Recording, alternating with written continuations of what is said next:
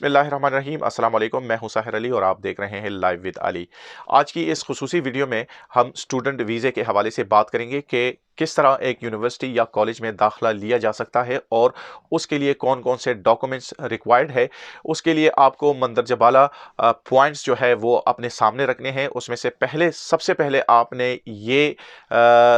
सोचना है कि आप कौन से कोर्स में दाखिला ले रहे हैं। उसके बाद आता है दूसरा पॉइंट कि आपके अकाउंट में कितने पैसे होने चाहिए या कितने दिनों के लिए वो पैसे आपके अकाउंट में रहने चाहिए। तीसरे नंबर पर आता है इंग्लिश टेस्ट, उसके बारे में भी इंशाल्लाह बातचीत करेंगे।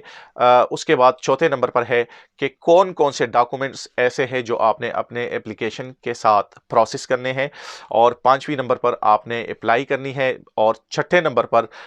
बारी आती है कि आपके जो डिपेंडेंट्स हैं, जो आपकी फैमिली है यानी आपके बीवी बच्चे, वो किस तरह आप डिपेंडेंट वीज़े पर बुला सकते हैं। ज़्यादा से ज़्यादा इस वीडियो को अपने दोस्तों के साथ शेयर कीजिएगा, शायद आपकी वजह से किसी ना किसी का इस्तिफादा हो सके। तो आते हैं सबसे पहले कि कोर्स कौन सा होना चाहिए। सबसे पहले आपने क्या करना है कि स्टूडेंट वीज़े में अगर आपके डॉक्यूमेंट्स पूरे हैं, आपने एफएफएससी बीए बीएससी किया हुआ है या मास्टर किया हुआ है, तो उसके बाद आप कौन से कोर्स का इंतखाब करते हैं। जो भी कोर्स आप मुंतखब करते हैं उसके मुताबिक आप अपने डॉक्यूमेंट्स यूनिवर्सिटी या कॉलेज भेजते हैं। अब यहाँ पर एक पॉइंट आप लोगों ने वो जहन नशीन करना है कि आप जिस यूनिवर्सिटी या कॉलेज को अपने डॉक्यूमेंट्स दे रहे हैं, सबसे पहले आपको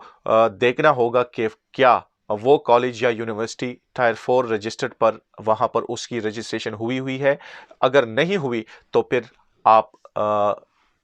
वीज़े के लिए अप्लाई नहीं कर सकते। अगर वो टायर 4 के रजिस्टर्ड पर मौजूद है तो इसका मतलब ये है कि आप अप्लाई कर सकते हैं। उसके बाद आते हैं कि आपके अकाउंट में पैसे कितने होने चाहिए। लेट सपोज अगर आपने एक ऐसा कोर्स का इंतखाब किया है जिसकी फ़ीस तकरीबन 10,000 पाउंड बनती है, तो वो तकरीबन पाकिस्तानी रुपयों में आजकल के हिसाब से अगर आप उसको कन्वर्ट करते हैं तो 22 लाख रुपए बनते हैं। अगर उसमें से आप आधी रकम उनको पे करते हैं यूनिवर्सिटी को, तो आपकी आधी रकम वो आप पर बकाया रह जाती है, जिसके बाद वो आपको काज लेटर इशू कर देते हैं, जिसमें तमाम के तमाम डिटेल्स, आपका पासपोर्ट नंबर, आपके कोर्स के डिटेल्स, इसके अलावा जितनी बकाया रकम है उसमें वो भी मेंशन की होगी, और आप कितने घंटे पढ़ाई करेंगे, वो तमाम की तमाम उस काज लेटर में तमाम की तमाम इंफॉर्मेशन मौजूद होती है। अब आते हैं दूसरी पॉइंट की तरफ के आपके अकाउंट में पैसे कितने होने चाहिए। ये कंफर्मेशन लेटर लेके उसके बाद आपने अपने अकाउंट में, अगर आपने लेट सपोज 22 लाख रुपए में से 11 लाख रुपए जमा की हुई है, तो 11 लाख रुपए आप पर बकाया है। वो ही 11 लाख रुपए आपके अकाउंट में प्लस 9 महीने के हिसाब से आप 500 पाउंड हर महीना अपने अखराजात लगा लें। जो आपके खाने पीने की अशिया और आपकी रिहाइश की रकम है, तो वो अगर आप लगाते हैं तो वो 4,500 पाउंड बनते हैं, जो आजकल के हिसाब से तकरीबन 10 लाख रुपए के करीब बनते हैं। तो 10 लाख प्लस 11 लाख टोटल बनते हैं 21 लाख रुपए। तो एहतियातन आप अपने अकाउंट में 22 लाख रुपए 28 दिन के लिए आप उसको रख दे, और 28 दिन के बाद आप उस पर अप्लाई कर सकते हैं। कहने का मकसद यह है कि आप अगर 1 जनवरी को अपने अकाउंट में पैसे डिपॉजिट करते हैं, तो आप 29 जनवरी को आप उस स्टेटमेंट पर अप्लाई कर सकते हैं। यानी 28 दिन की स्टेटमेंट आपके पास होनी चाहिए और वो रकम उससे नीचे नहीं आनी चाहिए। अब आते हैं इंग्लिश नॉलेज की तरफ। यानी जब आप अप्लाई करते हैं किसी यूनिवर्सिटी में, तो उनकी रिक्वायरमेंट्स है कि आप उनको आइल्स प्रोवाइड करें, यानी international English language test system. फिर वो आपको बताते हैं कि आपके बैंड्स कितने होने चाहिए, यानी 5.5 से शुरू होकर 6.5 तक कम से कम आपके बैंड्स होने चाहिए। अगर ये डिपेंड करता है किसी भी यूनिवर्सिटी या कॉलेज पर कि वो आपसे इसका तकाजा करते हैं या नहीं, क्योंकि यहाँ पर मैं एक बात क्लियर करना चाहता हूँ कि आइल्स जो है वो यानी इंग्लिश लैंग्वेज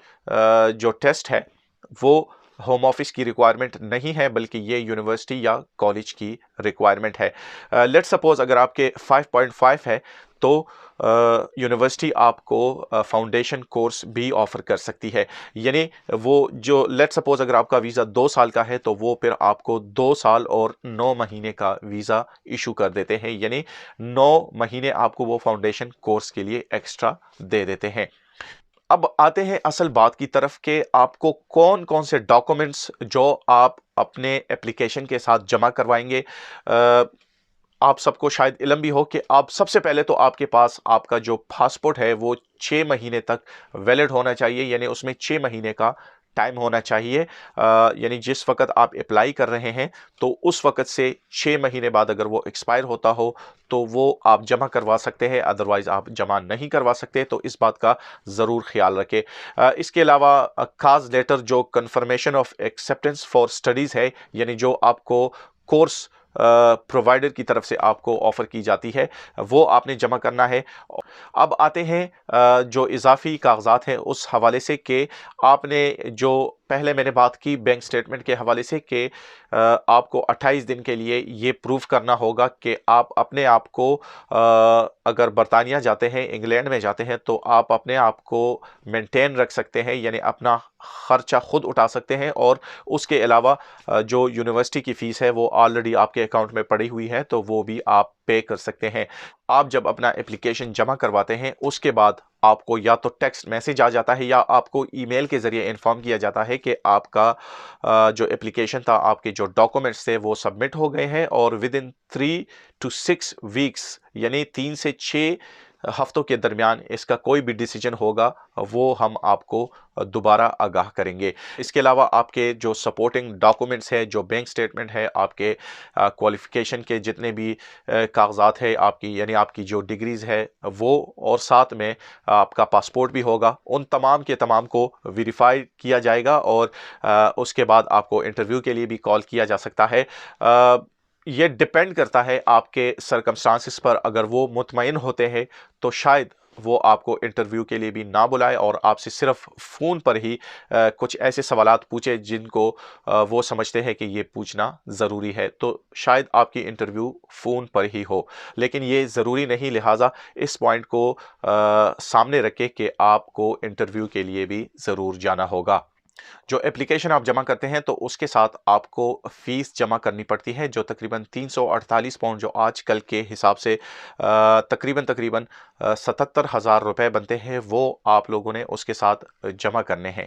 اور ساتھ میں آپ نے ہیلتھ سرچارج بھی جمع کرنا ہے، جو اس وقت کے حساب سے آپ آن لائن دیکھ سکتے ہیں، جتنے بھی سرچارج ہوں گے وہ آپ نے پے کرنے ہیں، یعنی آپ کی ہیلتھ انشورنس ہوتی ہے، اگر آپ خدا نہ خواستہ بیمار پڑتے ہیں تو وہ انشورنس پھر آپ کو کور کرتی ہے۔ اب آتے ہیں اس پوائنٹ کی طرف، جب آپ کا ویزا ایشو کر دیا جاتا ہے تو آپ کو کیا کرنا چاہیے۔ سب سے پہلے آپ کو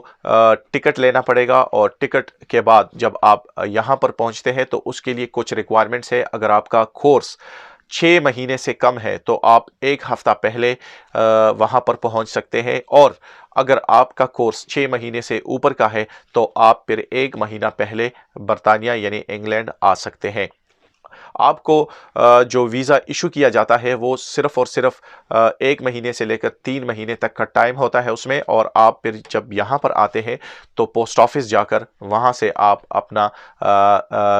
جو بائیو میٹرک کارڈ ہے وہ حاصل کرتے ہیں، اور اس کے بعد اس کارڈ پر آپ کو جتنا بھی آپ کا ویزا ہے، جتنا کورس ہے، اس کورس سے متعلق تمام کی تمام معلومات اس کارڈ پر درج ہوتی ہے، یعنی آپ کا ویزا پھر پرماننٹ ہو جاتا ہے۔ اب آتے ہیں فیملی یعنی ڈیپینڈنٹ کی طرف، جو آپ کے ڈیپینڈنٹس ہے، آپ کی فیملی ہے، بیوی بچے،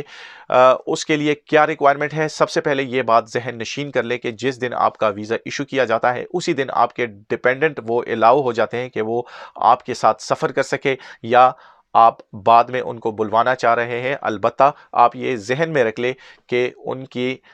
کے جو ویزے ہیں وہ کنفرم ہو چکے ہیں۔ تو یہاں پر میں ایک دوسری بات بھی کلیئر کرنا چاہتا ہوں کہ جس طرح آپ نے اپنے اکاؤنٹ میں سٹڈیز کے لیے 28 دن کے حساب سے پیسے رکھے ہوئے تھے، اسی طرح آپ نے 28 دن کے لیے آپ کی بیوی کے اکاؤنٹ میں یا آپ کے اکاؤنٹ میں 28 दिन के लिए आपने पैसे रखने हैं, लेकिन वो कितने होने चाहिए वो मैं अभी आपको बताता हूँ। अगर आपकी यूनिवर्सिटी लंदन में है और आप अपने बीवी बच्चों को बुलाना चाहते हैं, तो आपको चाहिए कि उसी तरह जिस तरह आपने अपने अकाउंट में 28 दिन के लिए पैसे रखवाए थे, उसी तरह 28 दिन के लिए आप अपनी बीवी के अकाउंट में या अपने अकाउंट में 28 दिन के लिए 845 पाउंड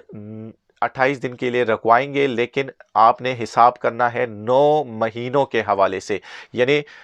9 महीने का खर्चा वो आपके अकाउंट में होने चाहिए, जो तकरीबन मेरे ख्याल से 17 लाख रुपए बनते हैं। इसी तरह अगर आप आउटसाइड लंदन है, लंदन में आपकी यूनिवर्सिटी नहीं है, दूसरे साइड पर है, बर्मिंघम है, ब्रैडफोर्ड है, न्यूकासल, मैनचेस्टर, दूसरी जगहों पर है और वो आउट ऑफ लंदन है, तो फिर आपको 680 पाउंड 28 दिन के लिए अपने अकाउंट में रखवाने हैं 9 महीने के हिसाब से, जो आजकल के हिसाब से मेरे ख्याल से तकरीबन 14 लाख रुपए बनते हैं। वो आपने रखवाने हैं पर डिपेंडेंट। वो जब आप रखवाएंगे 28 दिन बाद, आप अपने कॉलेज का लेटर और अकोमोडेशन लेटर प्लस वो बैंक स्टेटमेंट आप जमा करवाएंगे, तो इंशाल्लाह उसमें 100% गारंटी है कि वो वीज़े आपको ज़रूर इशू किए जाएंगे। उनके वीज़ों की भी यही फ़ीस होगी जो आपने जमा करवाई है, और उनके हेल्थ सरचार्ज भी वही होंगे जो आपने अपने लिए जमा करवाए हैं। यहाँ पर मैं एक बात की वजाहत कर देना चाहता हूँ कि अगर आप अपने डिपेंडेंट्स को बुलाना चाह रहे हैं, तो जिस तरह मैंने आपको रिक्वायरमेंट्स बता दी कि ये रिक्वायरमेंट्स है, लेकिन उसके लिए उन्होंने कुछ शराइत रखी हुई है। वो ये है कि अगर आप लेवल 6 क्वालिफिकेशन के लिए आ रहे हैं, यानी आप बैचलर डिग्री के लिए आ रहे हैं, तो आप अपने डिपेंडेंट को नहीं ला सकते। और अगर आप मास्टर लेवल पर यानी लेवल 7 पर आ रहे हैं, तो फिर आप अपने डिपेंडेंट को यहाँ पर बुलवा सकते हैं। ये थी आज की वीडियो। यकीनन आप लोगों को पसंद आई होगी, आप लोगों ने बहुत सारी इन्फॉर्मेशन हासिल की होगी, लेकिन इसके बावजूद भी अगर आपके ख्याल में कुछ ऐसी इन्फॉर्मेशन आपको चाहिए, तो कमेंट में ज़रूर अपना सवाल मुझे भेज दिएगा। मैं इंशाल्लाह कोशिश करूँगा कि आपको उसके मुताबिक जवाब दे सकूँ। एक दफ़ा फिर आपको बता दूँ कि मैं एक्सपर्ट तो नहीं हूँ, लेकिन अपने तजुर्बे की बुनियाद पर ये सारी मालूमात आप तक पहुँचा रहा हूँ। अपना बहुत ख्याल रखिएगा।